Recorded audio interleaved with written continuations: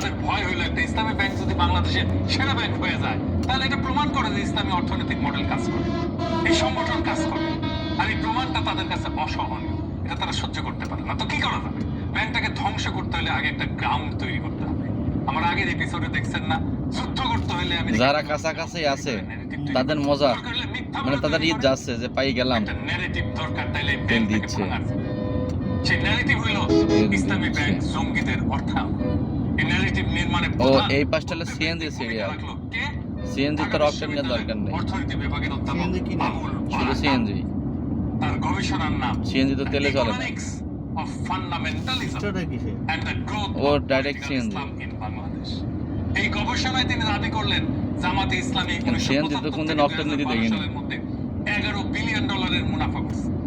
ইসলামী bank তাদের প্রধান আর্থিক না, হাতিয়ার। শুধু সিএনজি চলে, ইসলামী এইটুকুই জানি। রাজনৈতিক দলগুলোর 13টা সেক্টরে বিনিয়োগ করে প্রত্যেক বছর 30 কোটি থেকে 60 কোটি ডলার সিএনজি রাজনৈতিক কাজে খরচ করে। এই গবেষণাটা কত দূর নিজে দেখেছেন, তেল নিজে দেখেছেন। যুক্তরাষ্ট্রের ওয়েস্ট পয়েন্ট মিলিটারি একাডেমির কমব্যাটিং টেররিজম সেন্টার পর্যন্ত তাদের রিপোর্টে ডক্টর বারাকাতকে সরাসরি উৎস হিসেবে সাইট করা হলো। ডিজেলের ভিতর মোবাইল ঢাললে একটু বেশি চলে। মনিটরে এই প্রবন্ধ বানাইলো তত্ত্ব। ডিজেল চালিতর ভিতরে মোবাইল দেয়, ভারতীয় মিডিয়া এটাকে দুই হাতে লুফে নিল। ফ্রন্টিয়ার উইকলি লিখে তেলে একটু ভারী হয়। ইসলামী জঙ্গি সংগঠনের সম্পদ $100 বিলিয়ন কাছে পৌঁছে যাচ্ছে। এবার একটু লক্ষ্য করেন কি হচ্ছে। একজন অর্থনীতিবিদের গবেষণা যেটা মূলত একটা রাজনৈতিক দলের অর্থনৈতিক কার্যক্রম নিয়ে, সেটাকে এমন ভাবে প্রেজেন্ট করা হইতেছে যেন ইসলামী ব্যাংক মানে জঙ্গি অর্থায়ন। একটা 70% বিদেশি মালিকানাধীন আন্তর্জাতিক জয়েন্ট ভেঞ্চারকে একটা রাজনৈতিক দলের ব্যাংক বানায় ফেলা হচ্ছে। আজকাল এই একই কাজ করা হইতেছে, আবার সেটা পুরো ইন্ডিয়া আর পশ্চিম আনক্রিটিক্যালি গ্রহণ করতেছে। তারপর আসলো আসল প্রমাণ। কি সেটা?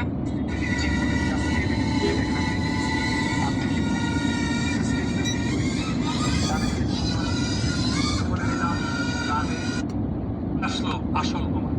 কি সেটা? 2012 সালের জুলাই মার্কিন সিনেটের একটা সাব কমিটি এইচএসবিসির একটা আভ্যন্তরীণ ব্যর্থতা নিয়ে একটা রিপোর্ট প্রকাশ করে। মূল বিষয় তা করে সমস্যা নেই, প্রতি রাখে।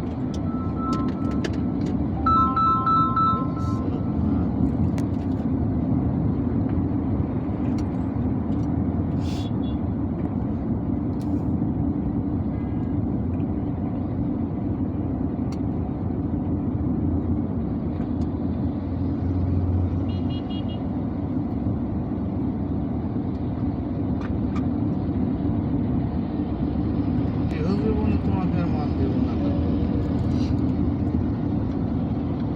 2012 সালের জুলাই মার্কিন সিনেটের একটা সাব কমিটি এইচএসবিসির একটা আভ্যন্তরীণ ব্যর্থতা নিয়ে আমার টিপ দিয়ে রেখে দেন। এক নম্বরে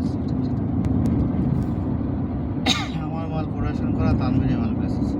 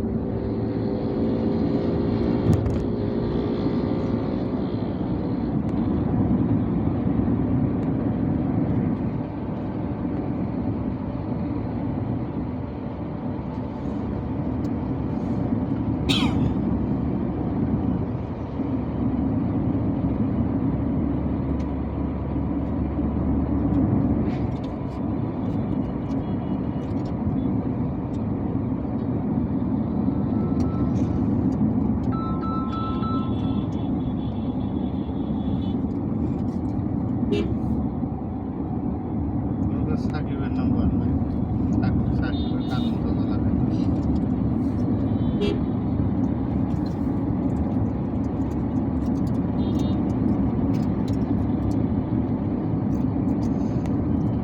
ওরে হলো সিরাপ আর হলো ভিসেট। ভিসেট কতদিন খাবো? যতদিন পেট ব্যথা থাকবে। আর গ্যাসের বড়ি 45 দিন, 1 মাস খাবো। গ্যাসের উপর কন্টিনিউ খাবে তো গ্যাসের সমস্যা, দৈনিক একটা করে খাবে। একদিন সকালে খাবে না, শুধু রাতে খাবে। রাতে খাওয়ার আগে আধা ঘন্টা আগে অথবা আধা ঘন্টা পরে। না, গ্যাসের গ্যাসের ওষুধ সকালে খাইলে ভালো কাজ করে। নিষিদ্ধ যে সকালে বাসি পেটে খেতে হবে। সকালে একদম খালি পেটে গ্যাসের ওষুধ একটা খেলে সারাদিন গ্যাস হয়। আহ, সকালে খালি পেট ব্যথা কি ভালো হয়ে গেছে? এই একটা লাইন মোটামুটি। হিসেবে ব্যবহার করা হইলো তাহলে একটা করে ইসলামী ব্যাংকে জঙ্গি রিসেন্ট অর্থাৎ খাবে রাত্রিবেলা।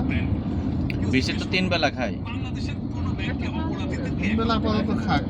তার পেট ব্যথা ভালো হয়ে সমস্যা হয়ে আছে তো। এক পাতা খাইছে তো আজকে আবার এক পাতা কিন দিলাম, এটা শেষ হোক, তাহলে পরের পাতা থেকে। তারপরে ভিতরে পেট ব্যথা যখন হবে তখন খাবে।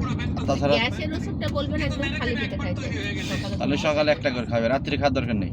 আরেকটা মজার তথ্য একসময় খালি হয়ে যাবে।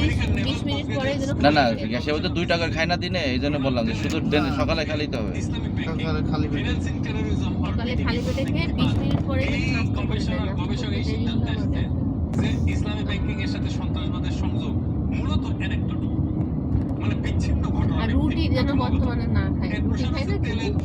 না, রুটি রুটি খাইতে মানা করে দিয়েছে গ্যাস। মানুষের ধর্মের প্রতি